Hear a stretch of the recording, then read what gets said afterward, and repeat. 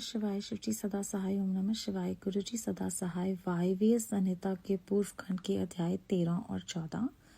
भगवान रुद्र के ब्रह्मा जी के मुख से प्रकट होने का रहस्य, रुद्र के माहिम स्वरूप का वर्णन, उनके द्वारा रुद्र गणों की सृष्टि तथा ब्रह्मा जी के रोकने से उनका सृष्टि से विरत होना। ऋषि बोले, प्रभो, आपने चतुर्मुख ब्रह्मा के मुख से परमात्मा रुद्रदेव की सृष्टि बताई है। इस विषय में हमको संशय होता है।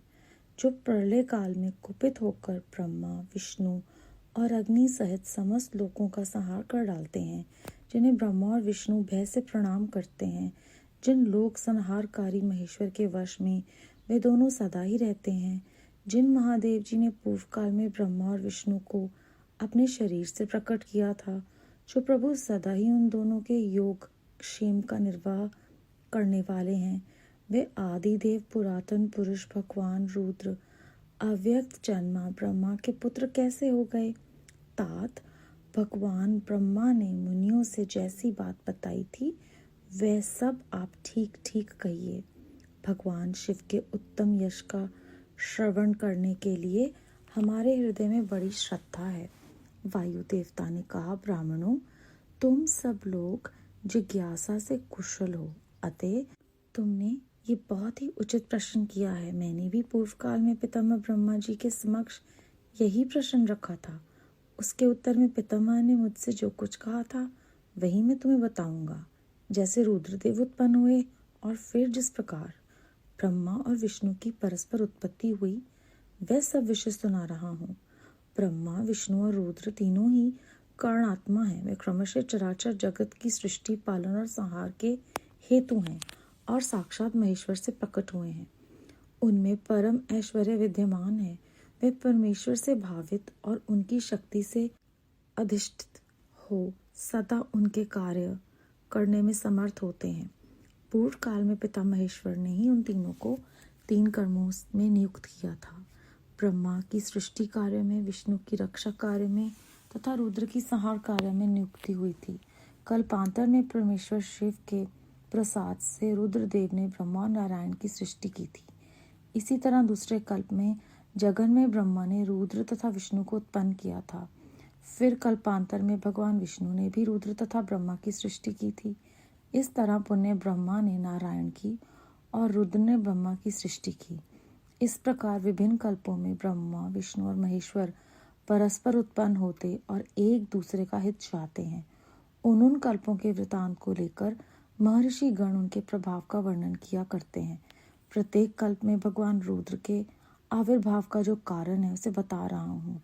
उन्हीं के प्रादुर्भाव से ब्रह्मा जी की सृष्टि का प्रवाह अविच्छिन्न रूप से चलता रहता है। ब्रह्मांड से उत्पन्न होने वाले ब्रह्मा प्रत्येक कल्प में प्रजा की सृष्टि करके प्राणियों की वृद्धि न होने से जब अत्यंत दुखी हो मूर्छित हो जाते हैं, तब उनके दुख की शांति और प्रजा वर्ग की वृद्धि के लिए उन कल्पों में रुद्रगणों के स्वामी काल स्वरूप निर्लोहित महेश्वर रुद्र अपने कारणभूत परमेश्वर की आज्ञा से ब्रह्मा जी के पुत्र होकर उन पर अनुग्रह करते हैं। वह ही तेजो राशि, अनामय, अनादि, अनंत, दाता, भूत संहारक और सर्वव्यापी भगवान ईश परम ऐश्वर्य से संयुक्त, परमेश्वर से भावित और सदा उन्हीं की शक्ति से अधिष्ठित हो उन्हीं के चिन्ह धारण करते हैं, उन्हीं के नाम से प्रसिद्ध हो उन्हीं के समान रूप धारण करके उनके कार्य करने में समर्थ होते हैं। इनका सारा व्यवहार उन्हीं परमेश्वर के समान होता है। ये उनकी आज्ञा के पालक हैं। सहस्रों सूर्यों के समान उनका तेज है। वे अर्ध चंद्र को आभूषण के रूप में धारण करते हैं। उनके हार बाजू बंद और कड़े सर्प में हैं। वे मूंज की मेखला धारण करते हैं। जलंधर, विनीच और इंद्र उनकी सेवा में खड़े रहते हैं तथा हाथ में कपालखंड उनकी शोभा बढ़ाता है। गंगा की ऊंची तरंगों से उनके पिंगल वर्ण वाले केश और मुख पीके रहते हैं। उनके कमनीय कैलाश पर्वत के विभिन्न प्रांत टूटी हुई दाढ़ वाले सिंह आदि वन्य पशुओं से आक्रांत हैं। उनके बाएं कानों के पास गोलाकार कुंडल झिलमिलाता रहता है। वे महान वृषभ पर सवारी करते हैं। उनकी वाणी महान मेघ की गर्जना के समान गंभीर है। कांति प्रचंड अग्नि के समान उद्दीप्त है और बल प्रक्रम भी महान है। इस प्रकार ब्रह्मपुत्र महेश्वर का विशाल रूप बड़ा भयानक है। वे ब्रह्मा जी को विज्ञान देकर सृष्टि कार्य में उनकी सहायता करते हैं। अतः रुद्र के कृपा प्रसाद से प्रत्येक कल्प में प्रजापति की प्रजा सृष्टि प्रवाह रूप से नित्य बनी रहती है। एक समय ब्रह्मा जी ने नीललोहित भगवान रुद्र से सृष्टि करने की प्रार्थना की, तो भगवान रुद्र ने मानसिक संकल्प के द्वारा बहुत से पुरुषों की सृष्टि की। वे सब के सब उनके अपने ही समान थे। सबने जटाजूट धारण कर रखे थे। सभी निर्भय, नीलकंठ और त्रिनेत्र थे। जरा और मृत्यु उनके पास नहीं पहुंचने पाते थे। चमकीले शूल उनके श्रेष्ठ आयुध थे। उन रुद्रगणों ने संपूर्ण 14 भुवनों को आच्छादित कर लिया था। उन विविध रुद्रों को देखकर पितामह ने रुद्रदेव से कहा, देव देवेश्वर, आपको नमस्कार है। आप ऐसी प्रजाओं की सृष्टि न कीजिए, आपका कल्याण हो। अब दूसरी प्रजाओं की सृष्टि कीजिए जो मरण धर्म वाली हों। ब्रह्मा जी के ऐसा कहने पर परमेश्वर रुद्र उनसे हंसते हुए बोले, मेरी सृष्टि वैसी नहीं होगी। अशुभ प्रजाओं की सृष्टि तुम ही करो। ब्रह्मा जी से ऐसा कहकर संपूर्ण भूतों के स्वामी भगवान रुद्र उन रुद्रगणों के साथ प्रजा की सृष्टि के कार्य से निवृत्त हो गए। अध्याय 13 और 14 समाप्त। इस अध्याय के आरंभ में हमने जाना कि ऋषि जानना चाहते हैं कि किस प्रकार रुद्र जो हैं वो अव्यक्त जन्मा ब्रह्मा के पुत्र हो गए। तो वायु देवता ने उन्हें बताया कि ये प्रश्न जो है वो मेरे मन में भी था। उन्होंने कहा कि कल्पांतर में परमेश्वर शिव के प्रसाद से रुद्र, ब्रह्मा और नारायण की सृष्टि हुई। दूसरे कल्प में ब्रह्मा ने रुद्र तथा विष्णु को उत्पन्न किया।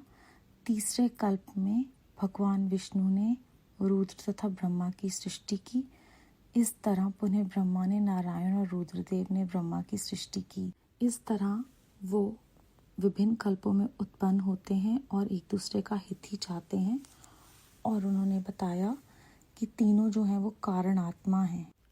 भाव महेश्वर ने उन तीनों को कर्मों में नियुक्त किया था। ब्रह्मा जी सृष्टि के कार्य में, विष्णु जी रक्षा के कार्य में और रुद्र जो हैं वो संहार के कार्य में नियुक्त हुए थे।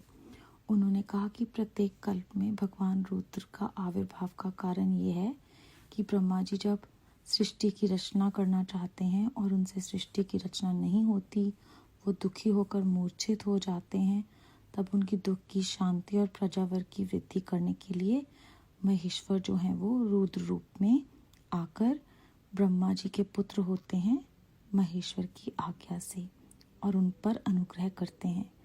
वो ही तेजो राशि, अनामय, अनादि, अनंत, धाता, भूत संहारक, सर्वव्यापी भगवान हैं और उन्हीं की शक्ति से अधिष्ठित हो उन्हीं के चिन्ह धारण करते हैं। इसके बाद इस अध्याय में हमें विस्तार पूर्वक बताया है कि वो उनका तेज जो है वो सूर्यों को समान है। अर्धचंद्र का वो आभूषण धारण करते हैं। हार, बाजूबंद, कड़े सर्प में हैं और मूंछ की मेखला धारण करते हैं। जलंधर, विनीच और इंद्र उनकी सेवा में रहते हैं और उनके हाथ में कपाल खड्ग होता है। गंगा की ऊंची तरंगें जो है वो उनके पिंगल वर्ण वाले केश से निकलती है और भगवान जो है वो वृषभ पर सवारी करते हैं। उनकी वाणी मेघ की गर्जना के समान गंभीर है और कांति अग्नि के समान प्रचंड है। बल प्रक्रम में भी वो बहुत महान है और इस तरह से ब्रह्मपुत्र महेश्वर का विशाल रूप जो है वो बहुत ही भयानक है। रुद्र के कृपा प्रसाद से हर कल्प में प्रजापति जो है वो सृष्टि करते हैं। एक समय ब्रह्मा जी ने रुद्रदेव से कहा कि आप सृष्टि की रचना कीजिए। अब रुद्रदेव ने मानसिक संकल्प से पुरुषों की सृष्टि की। वो सब एक जैसे थे और सब रुद्रदेव जैसे ही थे और उनके विभिन्न रूपों को देखकर ब्रह्मा जी ने रुद्रदेव से कहा कि अब आप दूसरी प्रजाओं की सृष्टि भी कीजिए जो मरण धर्म वाली हो। तब रुद्रदेव कहते हैं कि नहीं, अशुभ प्रजाओं की सृष्टि तुम ही करो। और इस तरह से उन्होंने सृष्टि से के कार्य से अपने आप को निवृत्त कर लिया। इस अध्याय में आरंभ में हमें बताया है कि ब्रह्मा जी, विष्णु जी और महेश्वर जो हैं वो परस्पर उत्पन्न होते हैं और एक दूसरे का हित चाहते हैं। कितनी गहरी बात है। हम सबके लिए प्रेरणा का एक बहुत बड़ा उदाहरण है कि हमें मिलजुल कर रहना है और एक दूसरे के हित के लिए ही सोचना है। परमेश्वर खुद के उदाहरण देकर हमें ये मार्गदर्शन दे रहे हैं। सच में हम बहुत ही भाग्यशाली हैं। इससे पहले ये बताया गया है कि एक कल्प में जो है वो रुद्र हैं, ब्रह्मा जी और नारायण की सृष्टि करते हैं, और दूसरे कल्प में ब्रह्मा जी जो हैं वो रुद्र और विष्णु को उत्पन्न करते हैं।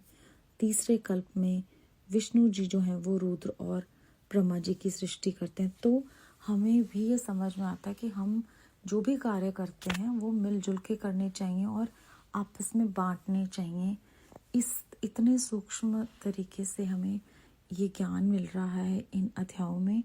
और जो सबसे हमें प्रसन्न करने वाली बात यहाँ पर परमात्मा की कृपा से सुनने को मिली है कि जब ब्रह्मा जी दुखी होते हैं, उनको वो दुखी नहीं देख सकते और वो उनके सामने प्रकट हो जाते हैं। तो हम सब जानते हैं कि गुरुजी महाराज हम सबको बहुत प्यार करते हैं, और इस अध्याय के इस भाग को पढ़ के हमें सबको समझ आ जाता है कि परमात्मा अपने बच्चों को दुखी नहीं देख सकते, और वो हम सब पर प्रतिदिन अनुग्रह करते हैं, कृपा करते हैं। हम सब बहुत भाग्यशाली हैं कि हम गुरुजी महाराज के चरण शरण में हैं, जो अथाह प्यार का समुद्र है। बेअंत शुक्राना गुरुजी महाराज। ओम नमः शिवाय। शिव जी सदा सहाय। ओम नमः शिवाय। गुरुजी सदा सहाय।